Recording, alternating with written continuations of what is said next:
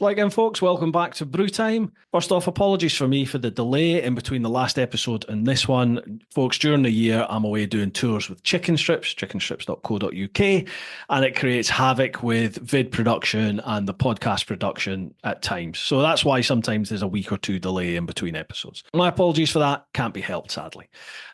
Folks, this episode, I'm chatting with Luisa Hendry, the Scottish geologist. She's fascinating. She makes geology come alive. She did this in the cafe of her gym, so there is a wee bit of background noise every now and then. The audio isn't fantastic in places, but bear with it, please. Persevere, folks, because she really does make this whole topic of geology just fascinating. She makes it come alive. Her enthusiasm just oozes out. So I hope you enjoy episode 159, Luisa Hendry. Oh, Are you all right just to sorry. crack on, or do you want to have a wee chat I first? No, I'm quite happy just like having crack on, just Right, whatever. lovely. Yeah. Brilliant. Right, folks, welcome back to Brew Time. Here's Luisa Hendry, the Scottish geologist. How you doing? I'm good. How are you? I'm brilliant. Folks, if you're watching this or if you're listening, you might hear a wee bit of noise in the background. Louisa's in the gym at the moment. Yeah, sorry about that. That's about the closest I'm ever going to get to a gym, I'll tell you that. Right, for people who don't know who don't know who you are, who's Luisa Hendry? What's a Scottish geologist? What's it all about?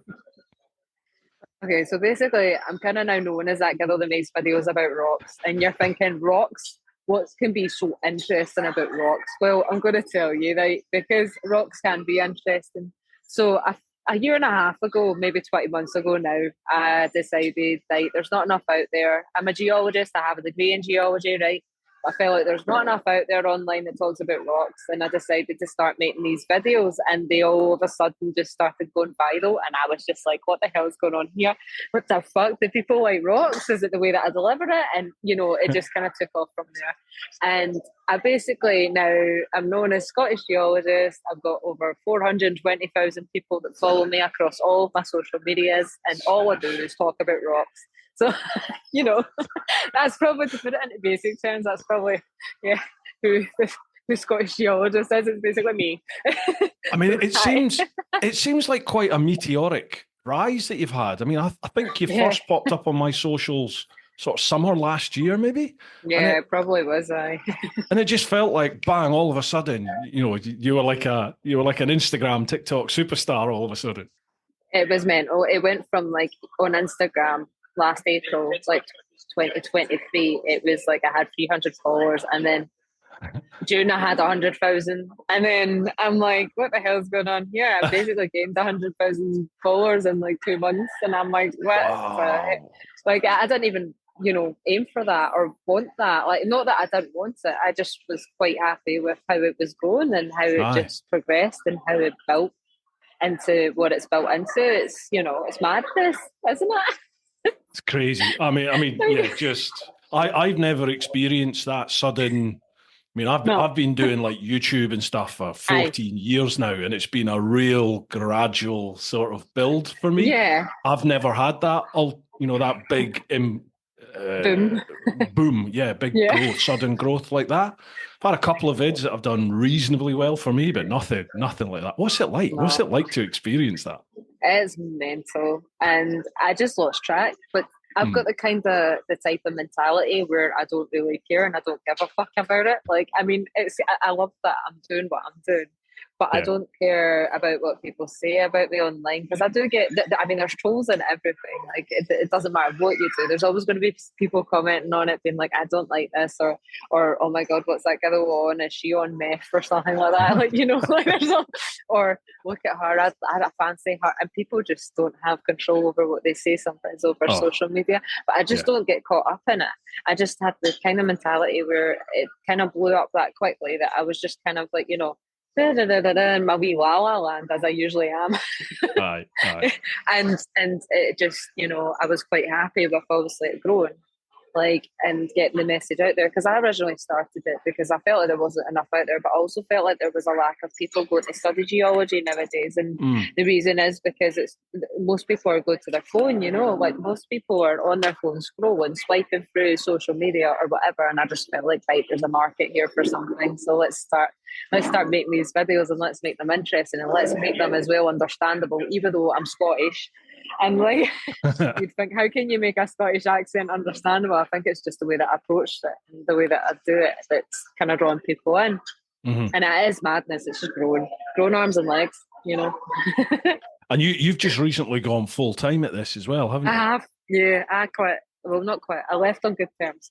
Like, it was something that I think was coming for the last 6 months, because I mean, at the beginning, once my page started growing, and then I started expanding into different things like Facebook and that, like, although I really need to do work on my YouTube, like, because my videos are shorter, it's different, like, for YouTube. But yeah, once I started growing this following, I kind of realised, oh, well, I can monetize this. And then I started my own tour company as well, my geology tour company.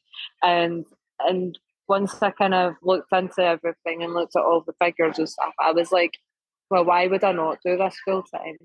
And it's not just that, like, there's other things that I've wanted to do for a while over the last 6 months, like start writing books and stuff, and do all that kind of like stuff as well, like, and do geology talks, and it's led to opportunities that I never thought I'd get. Like, I mean, I'd love to be on the TV eventually as a TV presenter, but the TV industry is quite difficult to get into, and it will take time. But you never know what's around the door, like, you never know what's like around the corner. Like, absolutely, that could be my next thing. Like, it might not be. Like, there's loads of stuff I can do with it. So I just thought, you know what, I'm quite, like, I've kind of reached where I want to be in my career, because I had worked in engineering geology for 9 years, and I kind of got to the point where I was like, right, where do I want to go next with this? Do I really want to go anywhere? No, like, I think I'm done. Like, and I sat down with them and explained, how I felt, and they were very supportive. And then they were like, well, we understand. Like, we knew that you're doing so well for yourself, doing all the other stuff, that we knew it was coming, really. And I was like, all right, okay. But I mean, most people kept saying to me, when are you going to quit your job and do this full time? And I'm like, oh, no, I'm not going to quit my job. And then I was like, yeah, let's do it. So there's so many. Aye. Sorry to interrupt. Oh no, it's fine. Sorry, on you go. Oh, aye, there's so many people. I was of the same mentality as you. I used to be a copper in London. I was a bobby in London. I never ever thought I would do this full time. It's just what? No, don't be daft. You got a mortgage to cover, haven't you, and bills to pay, and I'll never do that. And then my hand just sort of kind of got forced one day, and you just make that decision, don't you? You go for it. And there's so many people. This podcast is all about people that follow my sort of tagline of live your life. They go for it, whatever it is. And everyone has, well, most people seem to have that similar story where they just hit this point in life where they go, do you know what, bugger it, I'm going to go for it. Let's just go. Got to be in it to win it, haven't you? So. Oh, definitely, I agree. It's definitely the situation that I was kind of put in recently. I just feel so much better. I feel like this is what I was supposed to be doing. Aye. Like, so and I'm the same.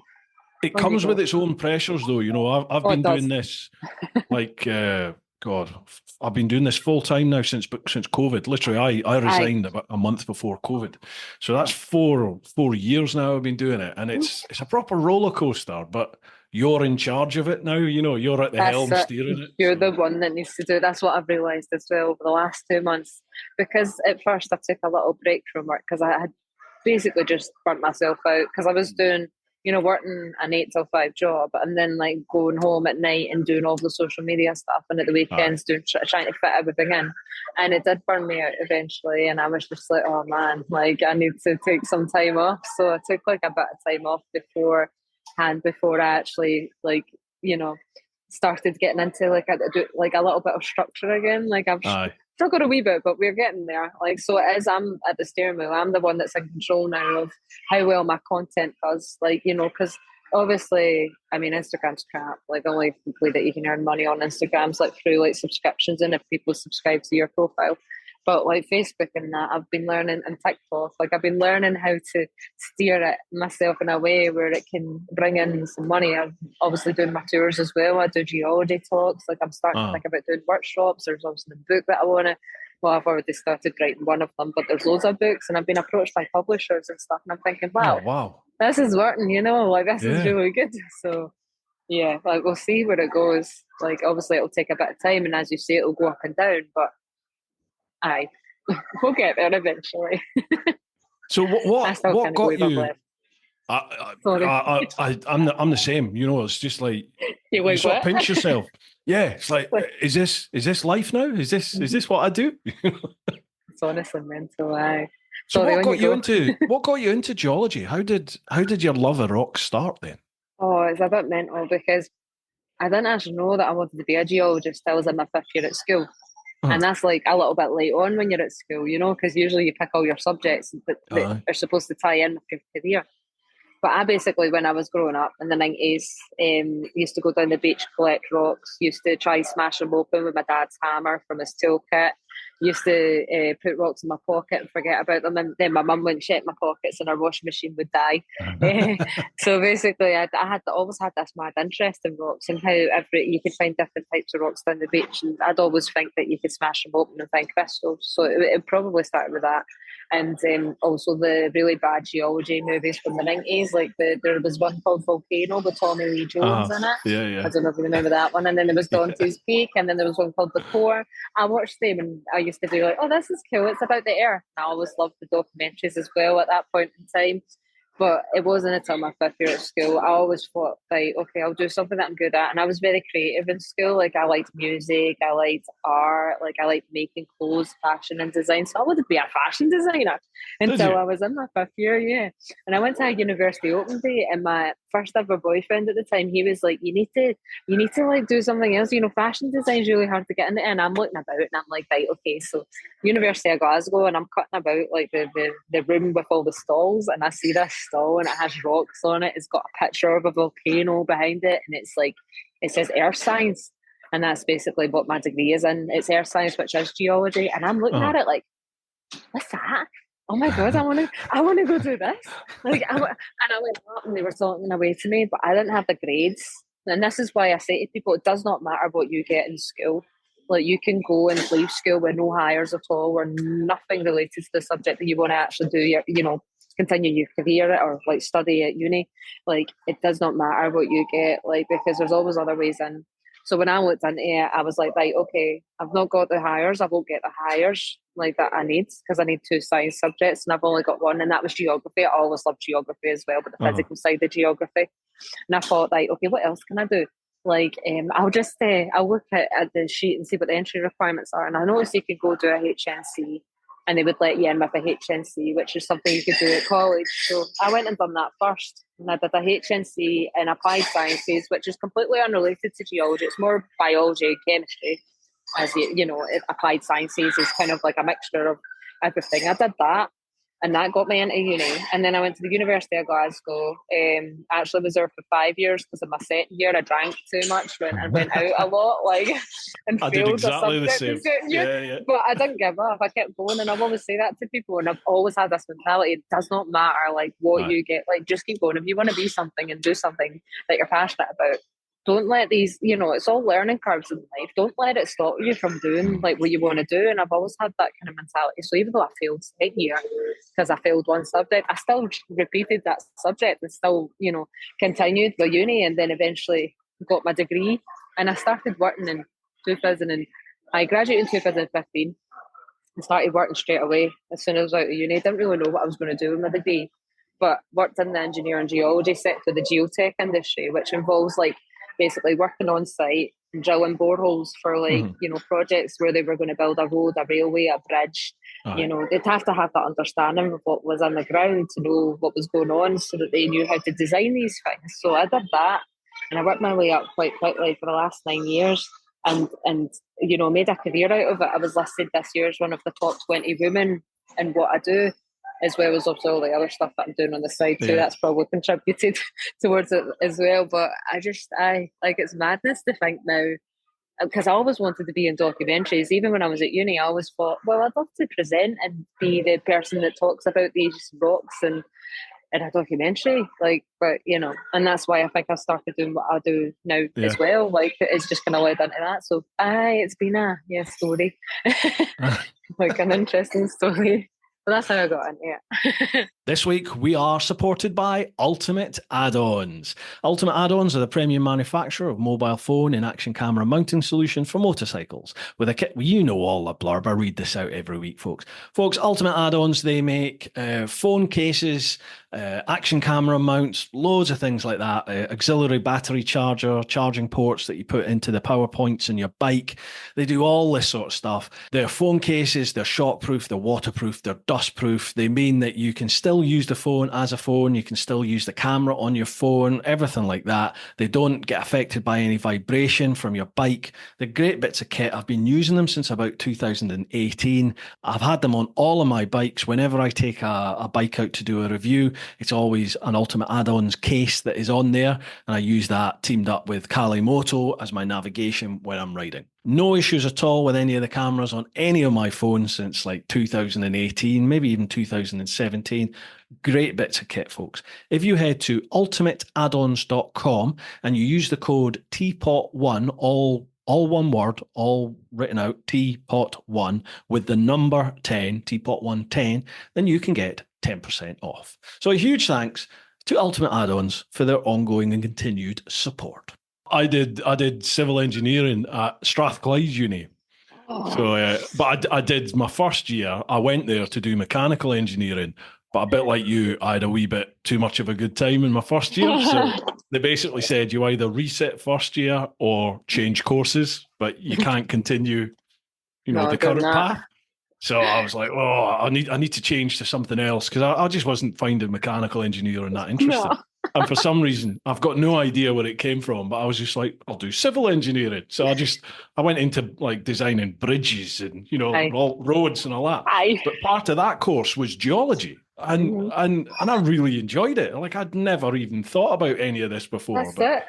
Yeah, I really enjoyed that part of it. Yeah, I know. Yeah, that and like I remember we had to do fluid mechanics. Like studying like how rivers and floods and all those things affect foundations and stuff. I really enjoyed all that, and it had never been on my radar growing up and all through school. None of that. But yeah, I got my degree in civil engineering and joined the old bill. I don't know how that happened, but. And then worked down in London for it. Yeah, and then ended up in London. Yeah, that's a long old story. What the hell am I doing down here? Yeah, I know, yeah. I often ask myself that now. Every time I go back home to Scotland, I'm like, what am I doing down in the southeast of England? Jesus. Anyway, right, the way things work here is I chuck out on my socials and I have a Patreon following as well. So I chuck stuff out there and say, right, the next guest on the podcast is this. What questions have you got? So everyone has an opportunity to leave some questions. You're quite a hit with people. I have a lot of questions. How long do you have? I just I don't know until like when did we start this? 7:30. Probably 7:30. Yeah. Okay, right. We'll have to go quick fire. Yeah. We'll have to go quick fire through. I'll try answer them. Right, I don't know everything. So first off, we'll head across to the clan over on Patreon. So it's patreon.com/TeapotOne. First one, Mark Paskin. Hi both, hope you're both well. I have a mild case of TV gold fever. I watch all the Discovery Channel shows on mining for it in various different ways, and I have a metal detector which I've used in the Australian goldfields without any luck. I was wondering if you've ever chased the gold stuff and whether this was an interest to you, and have you had any luck?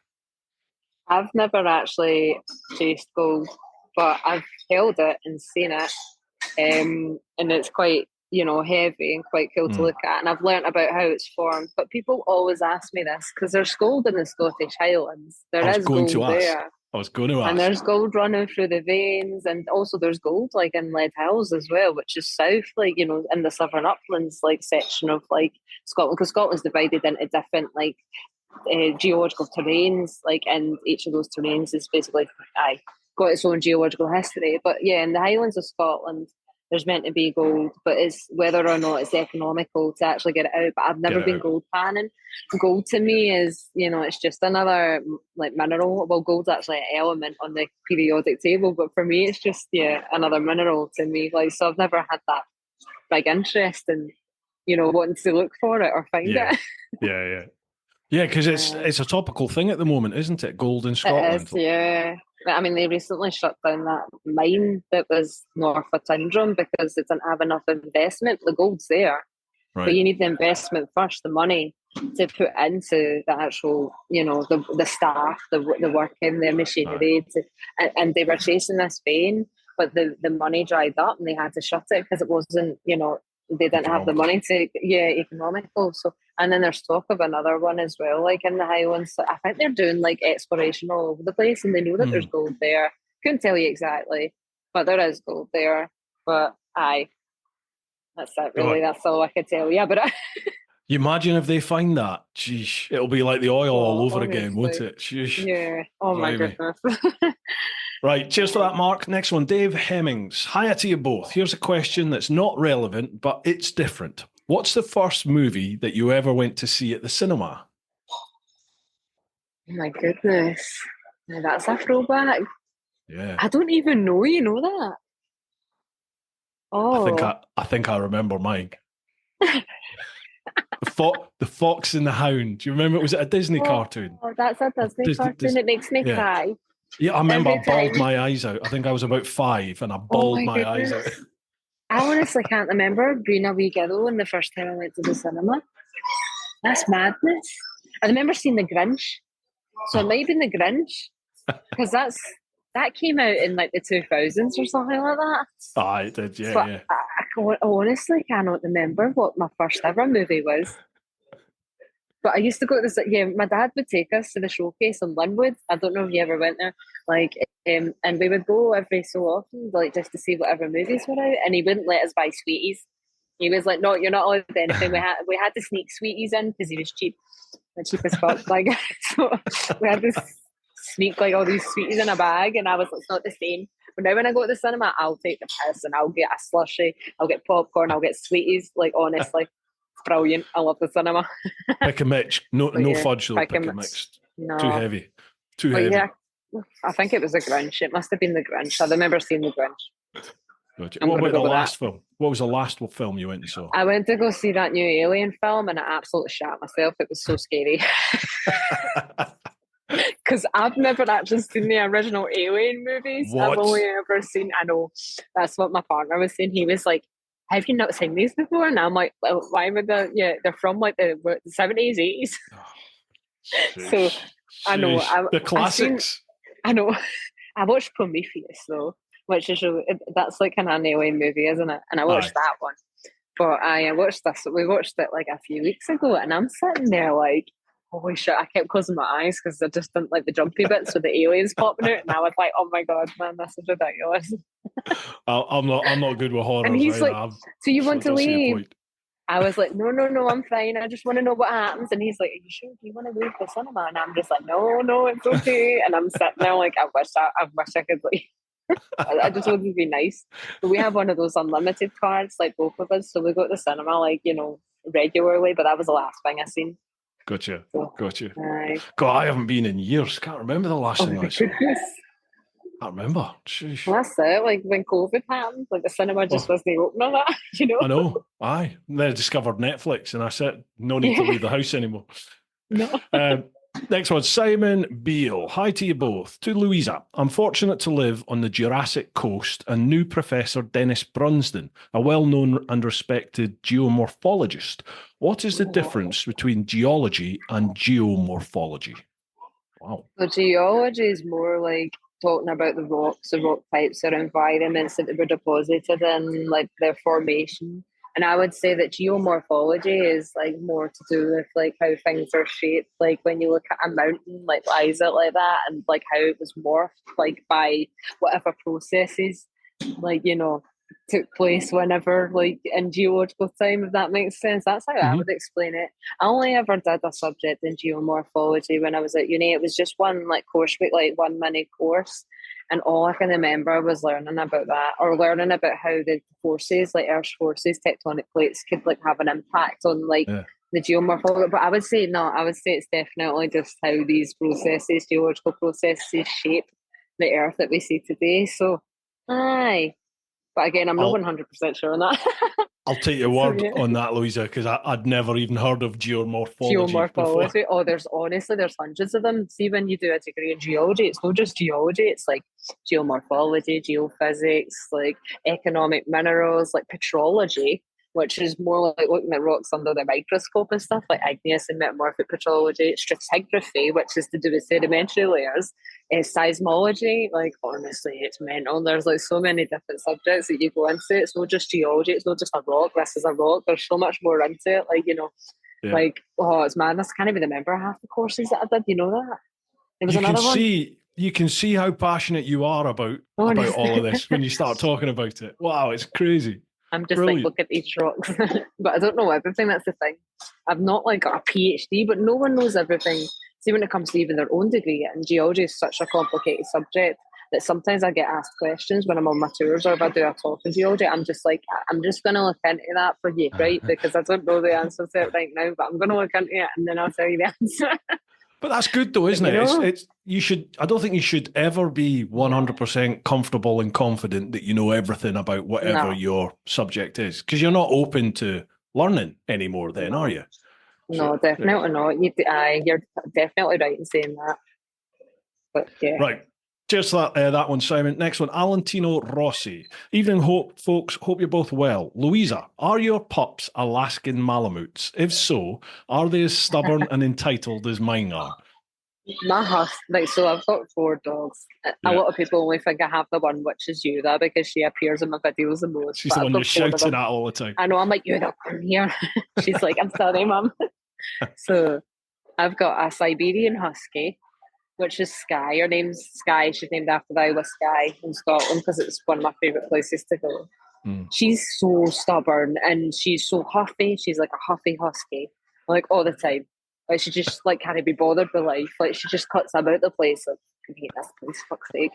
And looks at the others like they're stupid. But she's the alpha. She's the main lead of the pack, and she was the first one there. So she was quite a spoiled Wayne when she was a pup. And then we got 2 more, which was Tuluk and Yura. Like, so Tuluk's the boy. Tuluk, his name means warrior, and Yura is a girl. They're both brother and sister, but they don't look like anything like each other.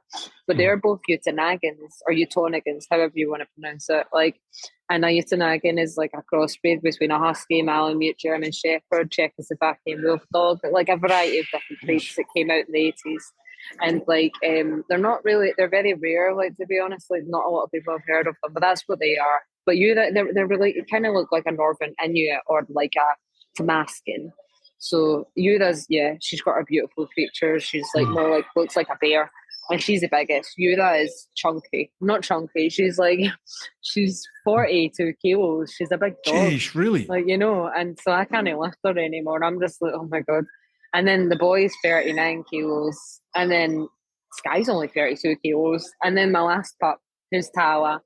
Tala is basically the Czechoslovakian wolf dog that we have. Like, and she's pretty curious all the time, doesn't go near people. She hates people. Like, not hates them as in she would hurt them, she just hates them as in she doesn't want to socialise with them. She's just like, who the hell is that? Get away from me.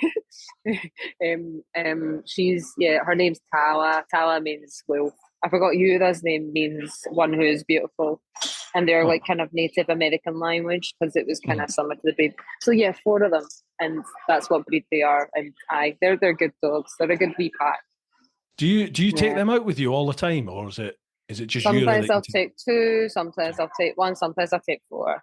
Aye. And it's funny when I do take 4 of them out, they're all running about around me because I did a video at Christmas up at Glencoe again, and I had all of them with me, and I set the camera up, and then I was standing on this rock and I started talking, and all you see is like they just swang by me and they nearly hit the camera, and I was like, oh my God, like, because they just run about, but they're very well behaved. And I take them like across the Highlands with me when I do go on adventures, but it could be 2, it could be 4, it could be 1. It just depends. But I share the dogs with my ex, so he gets them half of the time. It's like having custody of a child, but it's 4 dogs. So he gets them half of the time, and I get them the other half of the time. Like, so, if for instance I'm going on an adventure and he's going to take them, I'll usually ask, "Can I take you there?" Because Yuda's the one that's the most obedient one, and she's always the one that appears in the videos, but she is.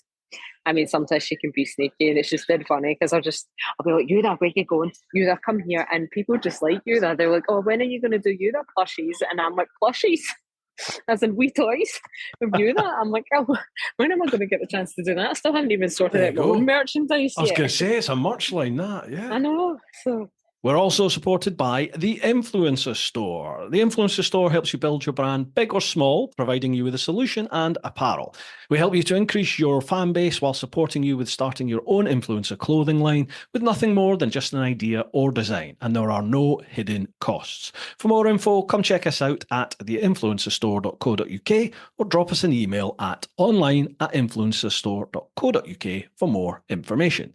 Now, the Influencer Store, they do all my merch over at TeapotOne and for Brew Time. So if you head to TeapotOne.com or theinfluencerstore.co.uk, go to the TeapotOne section. If you buy any of my merch, you're helping to support the channel and the podcast. So a huge thank you from me to you in advance, and a big thanks to the Influencer Store for their ongoing support.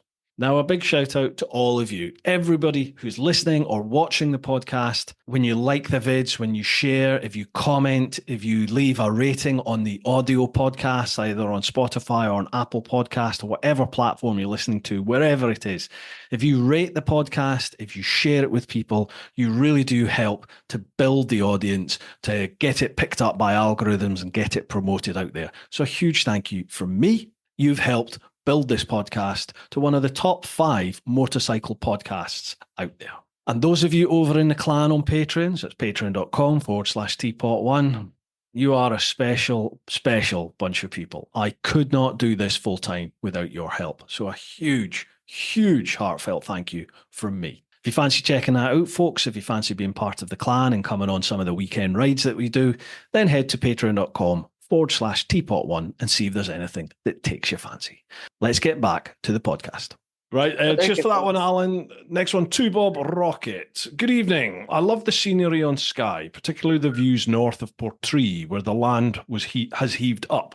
What are the most significant geological formations in Scotland and their age? Wow. Well, Skye has got one of the most dramatic landscapes. Like, as you've said, it's fascinating and beautiful to see that. So, like, even north of like Portree, like all of those like layers of rock that you're seeing that are tilted, and then you've got the Old Manastor that's formed, like, which is an old landslide. Those are all made up of like lavas, like that have spewed out 60 odd million years ago, like when you had the initial opening of the Atlantic Ocean, which is, you see those rocks and you think, well, this must have looked like something like similar to what Iceland looks like now with all of the eruptions going on. There must be lava spewing out everywhere. Like, I think it's madness to like look at the rock record and think that used to be that. Like, but yeah, Skye is one of the most beautiful places you can go, especially the Coolin Mountains, because there's 2 types of different mountains on Skye. Like, and when you look at them, there's obviously the red hills of Skye, like the granitic, like the granite hills, and then you've got the black Coolins, which are like they're made of gabbro. And it's just interesting to know about how like one set of mountains is so jaggy. And the reason it's jaggy is because it's made of gabbro, and gabbro's, it weathers differently when it's exposed at the surface. And when granite like it weathers, it's a lot smoother, forming these smooth hills that you see. Like, so that's probably another place that like I would say was amazing. Like, and that's again 60 odd million years old. But then when you get up into the Northwest Highlands, you have obviously the oldest rocks in Scotland that you can find like situated like the coast. Oh, it's my favourite place. Sutherland, just like, love it. Oh my goodness, yeah. Oh, like beautiful. And you get like your Luisa Nice complex, which is up to 3 billion years old, and you're like, and those are the oldest rocks in the UK. You're like, wow, this is amazing. Like, but yeah, there's loads of different places you can go to, like across the Highlands of Scotland, and to think that each and every one of those has its own geological history, and Some of them obviously have the same geological history because they're grouped together, but I just think it's madness. And that's why I thought, you know what, I'm just going to go about Scotland and make videos about different places and help people understand what geology and how geology shapes the planet today, like the rocks and that. So, yeah. In Skye, I always find on the bike when I'm coming back south. So we've been up to, is it the Kooring? What do they call that The rock? Kooring, yeah. Kooring, up the top. So when you're heading back south, you come out of Portree and it's the big long road as you head south. I remember seeing, they look like a couple of pyramids, the big mountains that are just on the horizon, but they look like pyramids. Like real defined, like a pyramid shape, like near Tyndrum, when you come out of Tyndrum on the way to Glencoe. They look like that. Like that, yeah, that's probably the granite, like the red coolings. Like, so when you really look at them and you actually go up and look at the rock side, those are like a big magma chamber that formed, like, because of the partial melting, like the crust.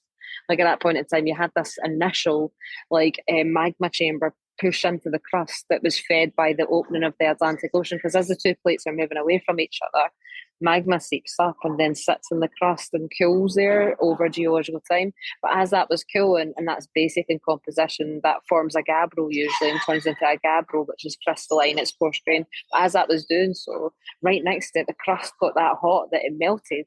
The rocks in around that area melted and formed this granite pluton, this granite magma chamber. And granite's very silica rich. It's sometimes pink, light pink in colour, like kind of has some quartz in there as well, like some whiter colours in it too. So the granite that makes up those hills that are shaped like kind of like, very rounded, like pyramid kind of shape, like, and the other hills are quite jaggy. That's like when that's exposed at the surface, because obviously you need to think about it as well. There's 2 kilometres worth of like rock that's been eroded away, like over the glacial periods over the last where it is now. Have been above, Jeez. yeah. Wow. And this magma chamber fed the lavas, like the magma to the surface that erupted as lava originally. And you can see the lavas on Skye too. It's mental, like absolutely mental. But erosion and weather has obviously weathered them away. And the glaciers, interglacial periods, the glaciers have then cut through the valleys and shaped the mountains and shaped the rocks. And obviously gabbro kind of that forms a jagged kind of black coolings that weathers away differently compared to the granite, which is where your rounded, like kind of pyramidal, like kind of mountains, like it's honestly madness. Wow, that's crazy, isn't it? Think, yeah, I often weird. when I'm on my bike trips, like say over in the Swiss Alps, or I was just down in the French Alps last week, and when you look at these stunningly beautiful mountain ranges, when you're right up in these Alps, and you just think to yourself, I mean, I understand that they've been formed by, basically glaciers and rock rubbing against rock over immense pressures and over long periods of time, but you just look at it and think, how has that happened? You can't fathom how all that madness, happened. Yeah, honestly, absolutely madness. And I was in Appalachia earlier this year, over out in like Tennessee, South Carolina. And I was told that mountain range there is the same one that's connected to in parts of Scotland. Is that right? They used to be connected. Yeah, they used to be connected at one point, and that connection probably started breaking up, like obviously when you had all this volcanism, like down the side of like Scotland, like related to that. But yeah, there used to be we used to be on this continent known as Laurentia, which included Greenland and America, North America. And we were all joined together, like in around 450 million years ago. You had England that was on like Apollonia at the bottom, started moving towards us, towards the north, and it caused this old ocean. And as it did, it pushed like into the plate, subducted, like obviously the oceanic crust was subducted under the continental crust, and that was pushing up, like creating this mountain chain that was in the middle of Laurentia. Like you need to think of it in a way that, like, similar to like the process, it's like creating the Alps today or the Himalayas today. Also, the Indian plates moved up and pushed into the Eurasian plate, creating the Himalayas.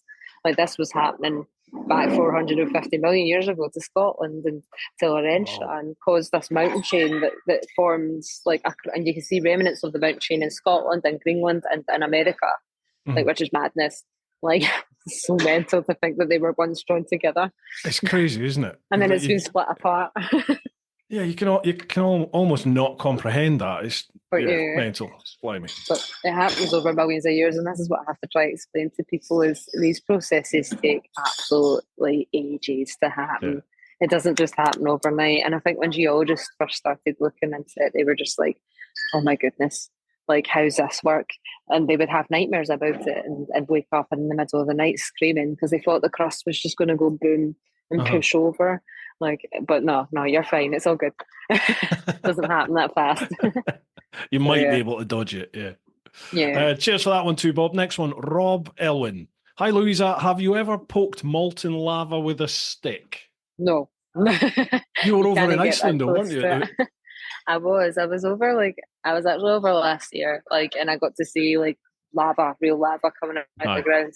But I've been reposting my stuff on Facebook recently to the Iceland because I've scheduled quite a lot of posts like that I did last year to this year, just to allow people that have just started following me, because my Facebook following's starting to creep up now, but to allow those new followers to see these videos that they've never seen before, from last year. So yeah, the lava is hot. It's very hot. When you think about how hot a rock has to be to melt, it's ridiculously hot. It's coming out the ground at 1700 degrees Celsius.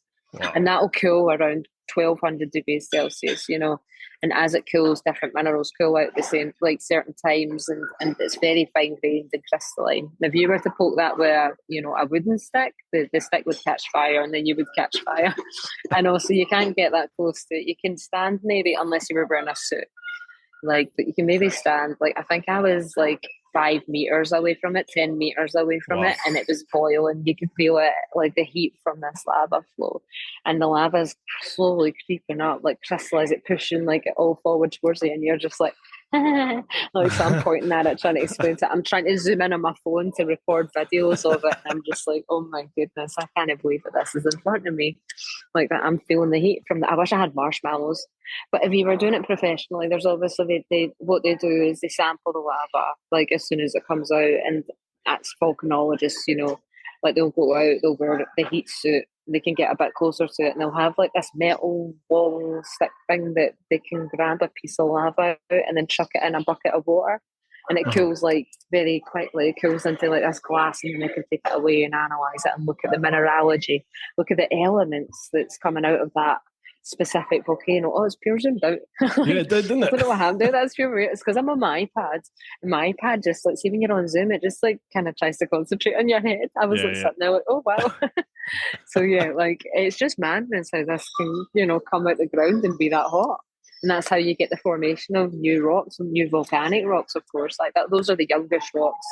Well, some of the youngest rocks that come out the ground, because if it's coming out, and I've got a piece of it in my living room, I've actually got a few pieces of it. I kind of went home with maybe 20 pieces of it or something like that. It's ridiculous. Of this lava in my suitcase, and someone asked me as well at the campsite I was staying at, they were like, "Can you take the rocks home?" And I was like, "Well, I don't actually know, and I'm not going to Google it either because I don't want to know the answer to it." Ignorance is bliss. I just took them home anyway, but I didn't get stopped at the airport, But some people would be a bit funny. They'd be you'd say to them, "Oh, I've got a volcanic bomb," because there's these formations that Don't say that at the airport. I know. Don't say that at the airport. That's something that would form in Tenerife, right? Because you get different types of magmas and volcanoes and different types of lavas that spew out at different plate tectonic settings, so it gets proper complicated.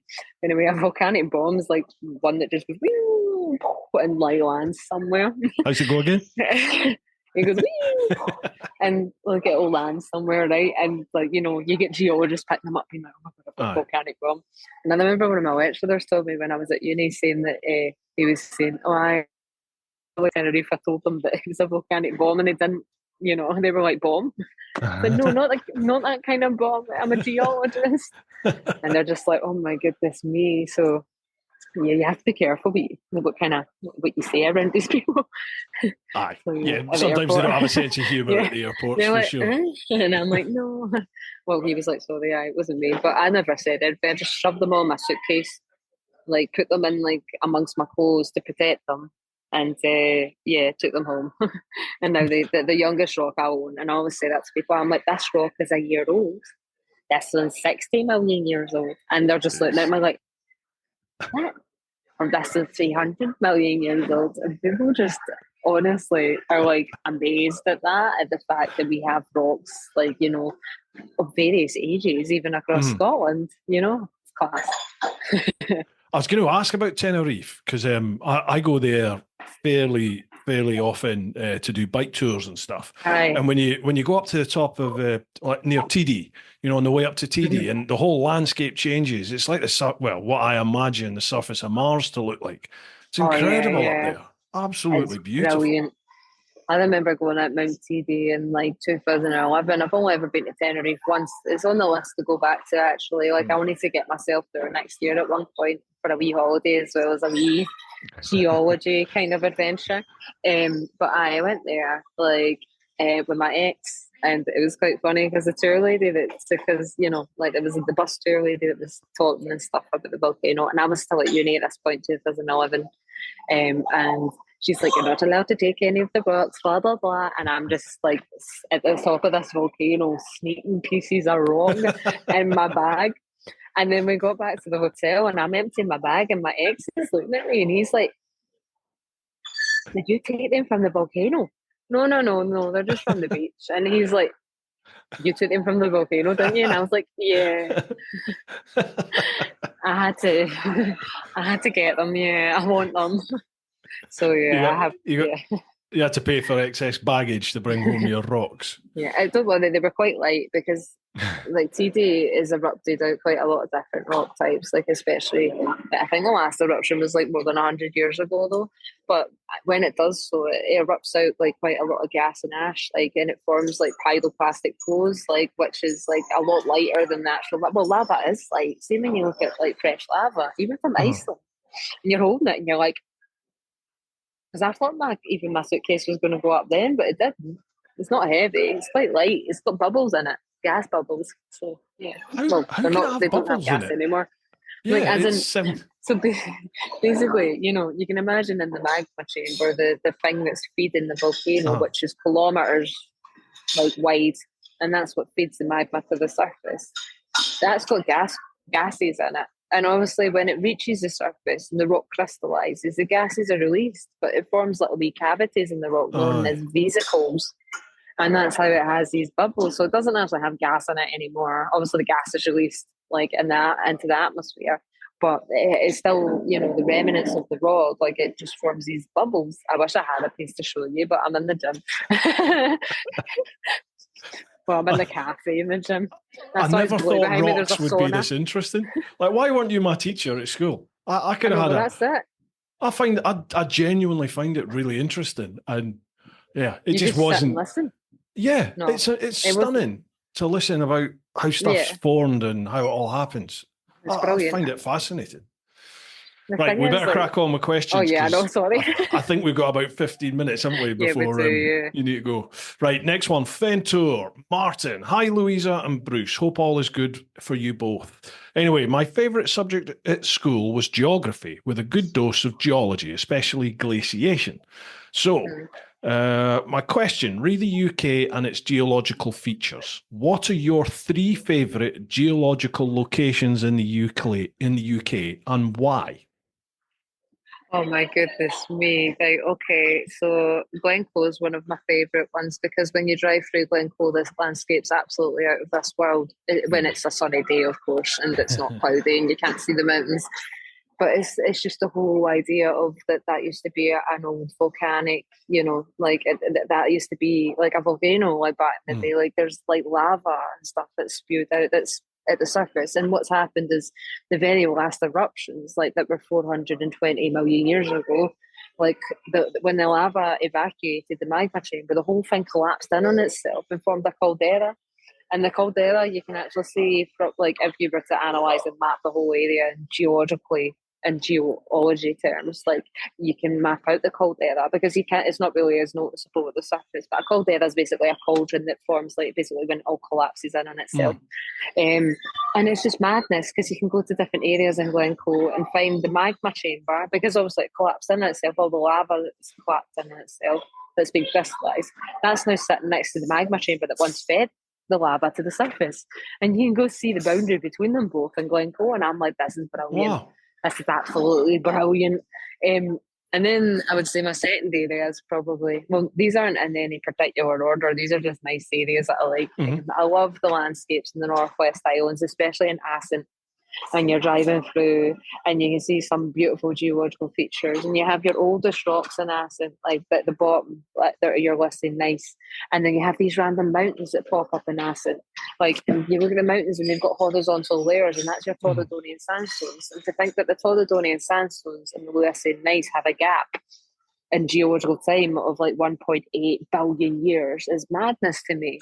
Like the Luisa gneiss is a very fucked up, complicated rock, right? It's a high grade metamorphic rock, and it's been buried several times and brought back to the surface. And it represents an old, really, really old piece of oceanic crust that can be found in Canada and stretched kind of across that way. Like, but obviously it's been split apart because of recent geological, well, I say recent, 60 million years ago, like geological kind of forces like that have pulled the crust apart and formed the Atlantic Ocean. Like, but basically this Luisa gneiss is so old and so fucked up and so beautiful to look at. It's like one of my favourite rocks. And then you have this gap in time where it's been, brought to the surface a few times, buried, brought to the surface again through erosion and stuff and uplift. And then you've had sedimentary rocks sat on top of them, basically put on top of them and deposited on top of them horizontally. And when you look at the mountains and the landscape in Assynt, it's so beautiful because you have those horizontal layers of these mountains, and you have Luisa gneiss at the base, and you're just like, wow, like this is cool. And you also have the Moyne Thrust Fault in Assynt that you can actually go touch at Knock and Crag. I don't know if you've ever been there, like in the Northwest Highlands. Where's that? So Assynt's like it's like close to like just north of Ullapool. Okay. So you have Loch Assynt, and like you drive up like the road towards Darnest, but there's like a cut off towards. Have you ever been to Achmelvik Bay? Like the beach, it looks really pretty and it's blue and it's like gorgeous. I mean, there's several beaches up there that look pretty. Yeah. Loch Assynt and that whole area of Assynt is absolutely beautiful. I'm just like, wow, this is like this world. So Assynt's up that way, but you have your Moyne Thrust Fault just north of Ullapool. And you can go and touch the Moyne Thrust Fault, and that's when you've had like older rocks thrust on top of younger ones because the two plates collided with each other, and it just pushed and caused all these rocks to crumble and stack on top of each other. This is happening like kilometres under the ground, though it's not happening at the surface. It's like deep within the ground, and they can simulate this. It's mental. Is this still happening now to this day? No, not in Scotland. No, all the movement. I mean, it's stopped? happening in the Alps, right. But it stopped. Yeah, eventually you get to the point where, when the subduction zone finally like dies off, and you have that continent collide with the continent, like it stops pushing and kind of settles, and then also erosion, equals out, and then it'll start up somewhere else. Plate tectonics are constantly, I say constantly, but they're always changing over geological time. Obviously, it's not going to change like over the next 100 years or so, but they're constantly moving on the go. The crust is recycling like over and over again. Like the Earth doesn't get any bigger; the Earth stays the same, and it just subducts at subduction zones and forms new crust at oceanic, like mid-oceanic ridges where you've got like magma seeping up and the plates are going away from each other, and then it will subduct under. Yeah, it's madness. I still think to this day, how the hell and they've only recently discovered that in like the 60s or something like that, or 70s. I can't remember. But it's just madness. But sorry. So I often think to myself, when they find out, they find new things and they didn't realise that all these things were going on. I often think to myself, well, what else is happening that we don't know about then? Like, what are we going to find out in the next 1,000 years Honestly, or whatever it is? It makes you think, because there's a lot of controversy when it comes to geology as well, because a lot of people also do certain research, like in certain things, and you can't tell everything from what you're, you don't know for sure if that's true or not, in certain cases, and you're just like, wow, this is madness, and you get geologists arguing with geologists over certain, theories, and I'm like, oh my goodness me. One expert against another expert. Yeah, basically. No one wants to be proved wrong. No, I know. All right, next one, Louise Worsfold. Good to see the old fossil has got someone in to talk who understands fossils. Thanks very much, Louise. Cheers. How far back does Bruce go? Very good, very good. Fracking.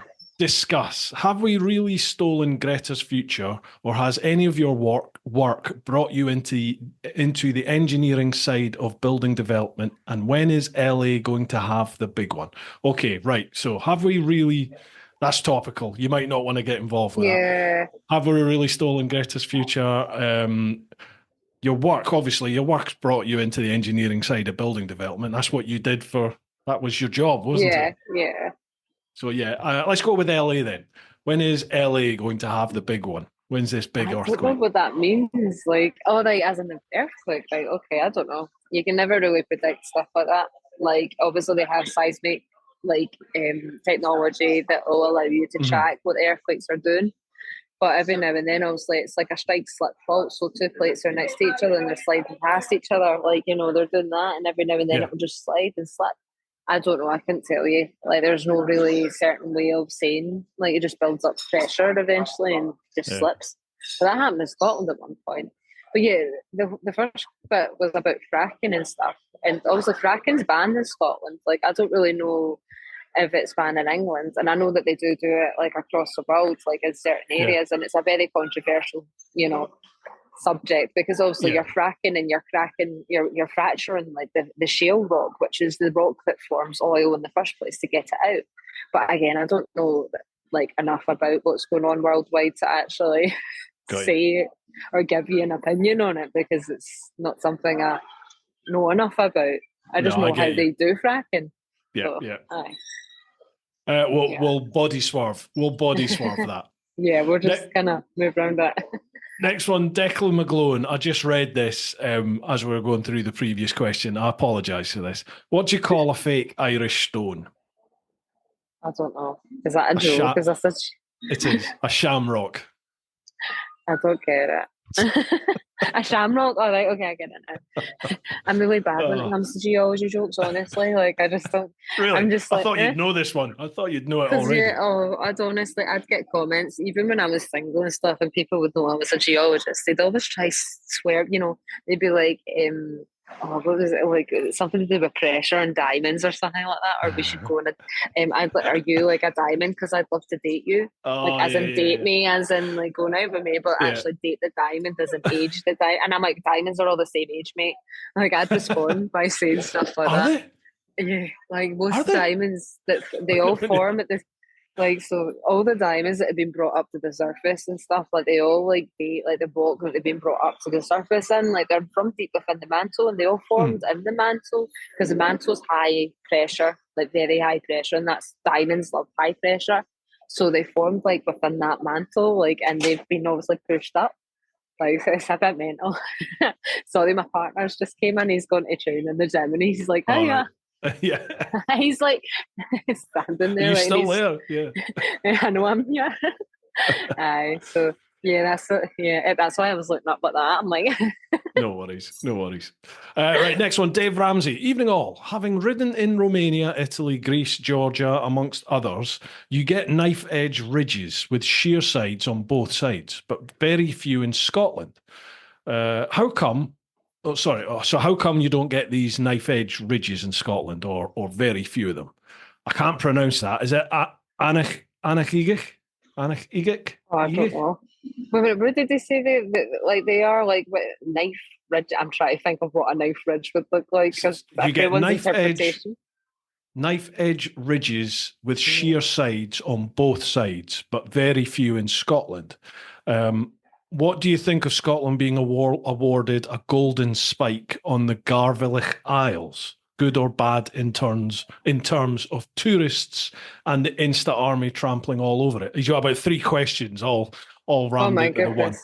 So the one at the end, like to do with the Garvilich, that's obviously talking about the recent discovery that they've made there, which is like they've came across rocks that indicate and go towards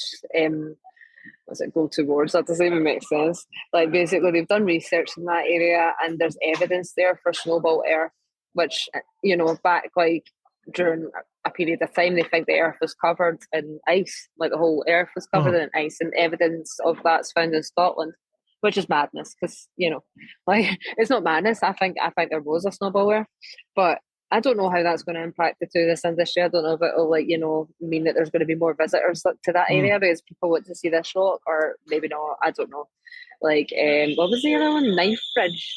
Like, I Knife honestly edge don't know what it ridges. means. I mean, when you think about it, obviously each place like erodes differently depending on the different conditions and stuff. So obviously the way that Scotland looks, there might be ridges and stuff in Scotland, but they've been kind of eroded away, like, and they just look a little bit different because usually ridges form when you have fault planes moving, like up and down, and you have normal fault planes moving and reverse fault planes, and then you have strike slip fault planes. So as they're moving about, that can change, the way that things look, like, but also like form like different, if you've got ridges forming, like, and you've got extension of the crust, and you've got like crust, the two sides of the crust are moving away from each other and pulling apart, that'll thin the crust out and form these ridges. So it just depends on where you are. Scotland might not have as many that are as noticeable because they've been eroded away for the last glaciations that have happened over the last 2.6 million years. So I don't know if that answers this question, but you never know.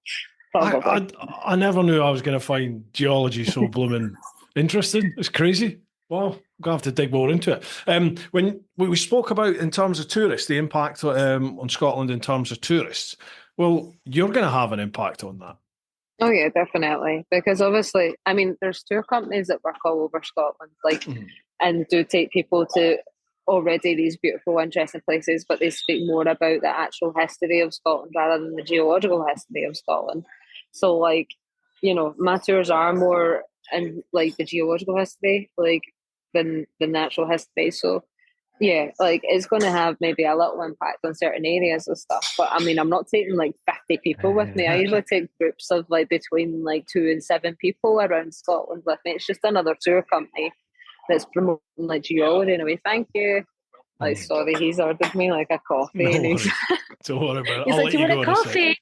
No, I know. He's like, "I'm probably go train in the gym after this." I'm like, oh, and then I need to get back for the dogs. But he's ordered me a wee coffee, which is quite nice, Nice one. Like, Nice one. Well, I'll not keep you any longer. So, no if worries. people want to find out more about you on your socials, or if they want to come and join you and do one of your tours with you, where do they go? What do they do? Basically, yeah, I'm known as Scottish Geologist across most social media accounts, except from Twitter, because Twitter wouldn't let me use the same amount of characters that make up Scottish Geologist. So I'm known as Scott Geologist, but no one hardly uses Twitter anyway. Right, so yeah, you can go onto my website as well, which is www.scottishgeologist.co.uk, and register for the updates if you're interested in a tour, or you can email me separately at louisa@scottishgeologist.co.uk. And I do private tours, I do group tours. Like, I was doing evening tours for a while during the summer, but they're now going to turn into afternoon tours because it's obviously getting dark at night. So you Scotland. can't really, yeah, I know, you can't really take people out in the middle of the dark and look, here's a rock. But they've been really popular this year. It's just been something I've been doing on the site. I still don't do it full time. It's still something that I'm doing, like, gradually, and Aye, building it aye, up into a really good business. And I want to just educate people with it. I just want to show that there's just so much more out there than just a rock. And the history of Scotland's geological history is mad. And there's so much in Scotland that you just never knew was there. Like, you could be walking over rocks that are 3 billion years old, a billion years old, you wouldn't even know it. And people just find it interesting and fascinating when they, listen to me, or they come on one of my wee tours. So, I love the passion you've got for it. I really do. It thank makes the you. whole subject come alive, and it Yeah, makes it really interesting. You want to find out more about it. yeah, It is definitely. addictive. It is addictive. I just thought Folks, it I was funny. will. Oh, sorry. Sorry, no problem. Go I on. thought it was funny that time that I came across your page was when I think you tagged me in something, and I watched the video over and over again because I thought it was brilliant, because you were like, Scottish Geologist, there's this lassie that makes videos about rocks, and That's right. Scottish Geologist, and you would love it here. And I was pure watching the video, and I was like, holy fucking shit. That was down in the Like, French amazing. Alps. Yeah, that was I down was in the like, oh French my God. Alps. all So, the yeah. lads that I was taking away on tour, they were like, "What are you talking like- about?" I was like, "But they've like, all well. checked it out now. Yeah, they've all checked out your account now." Brilliant. Folks, I will leave all of Louisa's links, all the socials and the website and everything like that. I'll leave all that down below. So if you're watching the vid, make sure you check them out. If you're listening to the podcast, have a look at the show notes and make sure you give it a like, a follow, a subscribe. And if you're up in God's country, back up in Scotland, and you fancy going on one of our tours, get yourself booked up. Amazing. Right. Oh, thank you for having me. My pleasure. Are there any shout outs? Anyone you want to say hello to before we go? Feel free. No, I'll just say bye. All good. Right, no, Yeah, Louisa, okay. thank you very much for coming on. I really appreciate your company for the evening. Loved it. It's been awesome. Thank you. I'll see Right, you folks. soon. Hope you've enjoyed this one as well. Keep doing your thing. Look after those that you love. Get on out there whenever you can. But most importantly, live your life. Hoo-ha!